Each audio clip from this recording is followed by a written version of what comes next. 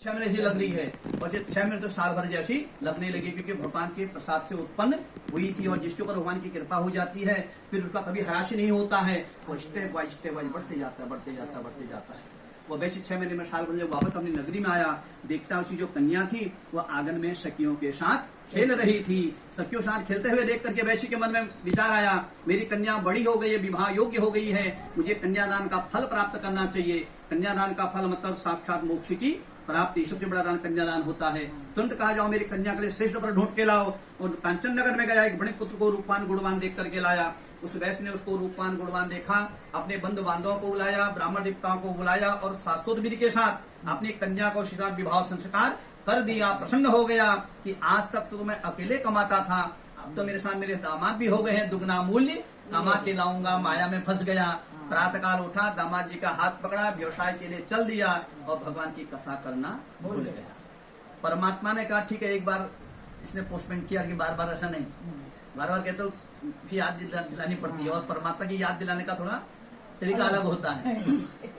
कभी से प्रतिज्ञा वाली प्रतिज्ञा ली थी और आज तो प्रतिज्ञा से विमुख हो रहा है, जा तुझे जाकर आगे जाकर दुख कष्ट प्राप्त होगा। परमात्मा किसी को दुख नहीं देता, हम तो परमात्मा के अंश है ना। माँ कभी अपने बच्चे को दुखी देख सकती है? वो तो न बहुत सकती, कभी नहीं। लेकिन बच्चा अगर कभी जिद करता है तो उसको डांटती भी है, मारती भी है, अपनी तरफ बुलाती भी है कि इधर आओ, तो कहाँ जा रहा है, गलत कर रहा है, गलत मार्ग में जा रहा है। वही प्रकार परमात्मा भी कहते हैं तो मेरा अंश है और तू आज विमुख हो रहा है मेरे से, मतलब माया में फंस रहा है। और माया कुछ नहीं है, माया मतलब नहीं, या मतलब जो तो माया में जा रहा है तो उसको बुलाते हैं और बुलाते तो कष्ट देते हैं।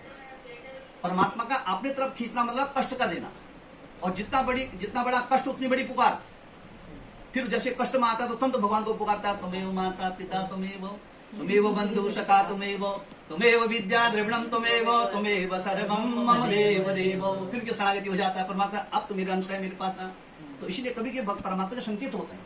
तो इसलिए परमात्मा के करीब रहना चाहिए, परमात्मा को भूलना चाहिए। परमात्मा को भूलना मतलब सबसे बड़ी विपत्ति, सबसे बड़ी विपत्ति परमात्मा को भूलना। अगर परमात्मा की पूजा मन नहीं लग रहा है, हमारा मन विचलित होता है, बहुत बड़ी विपत्ति समझो अपने को कि ऐसा क्यों हो रहा है। तो परमात्मा के करीब जाना चाहिए। उसी प्रकार वह वैश्य को साथ दे जा, आगे जाकर दुख कष्ट प्राप्त होगा। तो वैश्य कांचन नगर में गया, चंद्रकेतु राजा के नगर में गया, दिन भर व्यवसाय करता है और सायंकाल को एक बट वृक्ष के नीचे विश्राम करता है। भगवान ने ऐसी रचना रची कि राजा के घर में चोरी करा दी। राजा का पूरा धन लेकर के आगे आगे चोर गए और इधर पीछे पीछे राजा के दूत उनको पकड़ने के लिए आगे। रात की बात थी, इधर ये दोनों वैश्य बट वृक्ष के नीचे विश्राम कर रहे थे। चोरों ने पीछे मुड़ करके देखा कि राजा के दूत आ गए हैं, हमको पकड़ लेंगे, राजा हमको मृत्युतुल्य दंड देगा, क्यों नहीं विश्राम करें, धन इनके सामने रखा जाए। धन उन दोनों वैश्यों के सामने रख दिया, पीछे झाड़ी में जाकर के छुप गए। राजा के दूत भाग भाग करके आए, राजा का धन उनके सामने देखा, उनको दोनों को नींद से जगाया और राजा का धन लेकर के भाग भाग करके राजा के समीप गए। राजा से कहेंगे, हे राजन, दोनों चोरों को आपका धन पकड़ के लाए हैं, आज्ञा दीजिए, उनको क्या दंड देना है। दोनों वैश्यों ने राजा को नमन किया, प्रणाम किया, बार बार कहेंगे, हे राजन, हम चोर नहीं, तो वैश्य हैं, आपकी नगरी में व्यवसाय करते हैं और ये धन हमारे पास कहाँ से आया, इसकी कोई भी जानकारी हमको नहीं है। वो बार बार विनती कर रहे हैं, लेकिन राजा को उनके वचन नहीं सुनाई दे। जब परमात्मा सुनाना चाहे तो राजा सुने, क्योंकि बिना परमात्मा की मर्जी से पत्ता भी नहीं हिल सकता है। तो यहाँ मर्जी परमात्मा की थी, किंतु अगर राजा ने सुन लिया और कहीं राजा को दया आ गई, कहीं राजा ने छोड़ दिया, तो इसको कष्ट कहाँ से मिलेगा, क्योंकि ये मेरे से विमुख हुआ है, प्रतिज्ञा से विमुख हुआ है, तो इसको कष्ट तो मिलना चाहिए। तो ये मर्जी परमात्मा की थी। तो जब वो बार बार राजा को विनती कर रहे हैं, लेकिन राजा ने उनके वचन नहीं सुनाई दिए, बिना सोचे बिचारे राजा ने कहा, मेरा धन अंदर रखो, इन दोनों को कारागार में बंद कर दो। दोनों वैश्यों को कारागार में बंद कर दिया। और जब विपत्ति इंसान के ऊपर आती है तो चारों ओर से आती है। इधर दोनों वैश्यों को कारागार में बंद कर दिया, उधर घर में भी जो धन था परमात्मा ने वहां घर में भी चोरी करा दी। अब लीलावती कलावती के लिए घर में खाने के लिए कुछ भी नहीं है, घरों में जाती है, जिस घर में जो अन्न मिलता है उसी से अपनी आजीविका को चलाती है। पड़ोस में ब्राह्मण देवता के घर में सत्यनारायण का पूजन चल रहा था। कलावती वहां गई, कथा सुनी, प्रसाद ग्रहण किया, काफी लेट हो गई, रात हो गई। वापस अपने घर में आई तो लीलावती अपनी बेटी को, कलावती को डांटने लगी, अरे बेटी तू अब तक कहाँ थी, इतनी रात हो गई, तेरे मन में क्या है। तो बेटी ने कहा, माँ मैं पड़ोस में ब्राह्मण देवता के घर में गई थी, सत्यनारायण का पूजन चल रहा था, मैंने कथा सुनी, प्रसाद ग्रहण किया, मैं आपके लिए तो प्रसाद लाई हूँ। और जैसी बेटी के हाथ से माँ ने प्रसाद ग्रहण किया, झट स्मरण आ गया, अरे बेटी हमने भी तो संकल्प लिया था, हमारे घर में कोई संतान तो कथा करेंगे, और आज तक हमने उस संकल्प पूर्ण नहीं किया। मुझे लगता है इसीलिए हमारे पति और अता पता का, उनका भी कोई अता पता ठिकाना कुछ नहीं है, और हमारे घर में भी चोरी हो गई है। हम भगवान की कृपा से हम विमुख हो गए हैं। हमको भगवान का पूजन करना चाहिए, उनका आशीर्वाद लेना चाहिए। तो बेटी कल की माँ मैं अभी भी देख के आ रही हूँ, मतलब दुनिया भर के विवाह मिष्ठान फल वहां पे चढ़े थे, हमारे पास तो कुछ भी नहीं है, हम कैसे पूजा कर सकते हैं? बोला नहीं, गीता का श्लोक याद आ गया, पर परमात्मा ने लिखा है पत्रम पुष्पम फलम तोयम यो मे भक्त्या प्रयच्छति। अगर आपके पास कुछ भी नहीं है, आप मुझे एक पत्ता चढ़ा दो, एक फल चढ़ा दो, एक फूल चढ़ा दो और एक आचमन जल चढ़ा दो, इन्हीं 4 चीजों से मैं प्रसन्न हो जाता हूँ। क्योंकि भाव का भूखा हूँ मैं, बस भाव में ही सार है। भाव से जिसने भजा तो भाव से बीणा पार है। मैं भाव का भूखा हूँ, व्यंजनों का नहीं। अगर मैंने आपको उस लायक बनाया है, सामर्थ्यवान है, तो आज आप जिस परमात्मा ने मेरे को इस लायक बनाया है, आज मैं उनकी पूजा करने जा रहा हूँ। तो अब मैं जो भी अपने लिए ग्रहण करूँ, मैं उससे और अच्छा और सुंदर मैं अपने परमात्मा को चढ़ाऊं। ये भाव होना चाहिए। जहाँ ये भाव आ गया, वहीं परमात्मा प्रसन्न हो जाते हैं। और कुछ भी नहीं है तो मुझे पत्ता चढ़ा दो, फूल चढ़ा दो।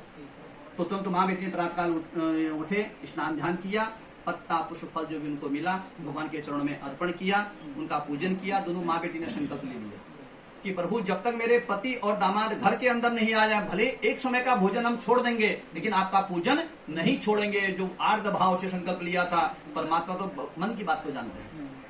तो बोला जितना हम परमात्मा को पाने के लिए लालायित रहते हैं, कई लाख गुना परमात्मा चाहते हैं कोई भक्त अपने जीवन में ऐसी प्रतिज्ञा ले कि मैं नित्य आपका पूजन करूं, तो परमात्मा तो और लाखों गुना ऐसा चाहते हैं। तो उनकी भक्ति को लेकर परमात्मा प्रसन्न हो गए, और जहां परमात्मा प्रसन्न हुए, फिर परमात्मा अपने भक्त को एक मिनट भी दुखी नहीं रखना चाहते। तो परमात्मा का इतनी बड़ी प्रतिज्ञा लिया, संकल्प लिया है, और इनको दुख है कि मेरे पति नहीं आए। तो आज परमात्मा स्वयं उनके दुख के निवारण के लिए राजा के वहां स्वप्न में चले गए, और राजा का हे राजन, प्रातःकाल सूर्य से पहले पहले दोनों वैश्यों को बंधन से मुक्त कर देना। अगर ऐसा नहीं करेगा, मैं तेरा राजपाश नष्ट कर दूंगा, क्योंकि वो निर्दोष है, चोर कोई और थे। जब राजा चेतना अवस्था में आया, स्वप्न याद हुआ, एक बार तो मुझे डरने लगा, कांपने लगा, अरे मैंने किसको बंधन में बना दिया, जिसके लिए परमात्मा स्वप्न आए थे। इसका मतलब कोई साधारण व्यक्ति नहीं है। और फिर मन में विचार आया, ऐसे स्वप्न तो होते रहते, मेरा भ्रम होगा। लेकिन एक मन, हमारे 2 मन होते हैं, एक कहते नहीं, एक कहते हाँ। बोले एक बार क्यों ना अपने गुरु को स्वप्न में विचार, उसका भी फल होता है। स्वप्न उनके सामने रखूं, अपने गुरु को बुलाया, स्वप्न उनके सामने रखा, तो उन्होंने स्वप्न पे विचार किया, कहा राजन ये स्वप्न उचित नहीं है। स्वप्न के अनुसार आपने जिनको बंधन में बनाया है, निर्दोष है, चोर कोई और थे। आप सूर्य से पहले पहले बंधन से मुक्त करिए। जो गुरु के मुख से स्वप्न का फल सुना, और स्वप्न में भी परमात्मा ने वही कहा था, अब दृढ़ विश्वास हो गया।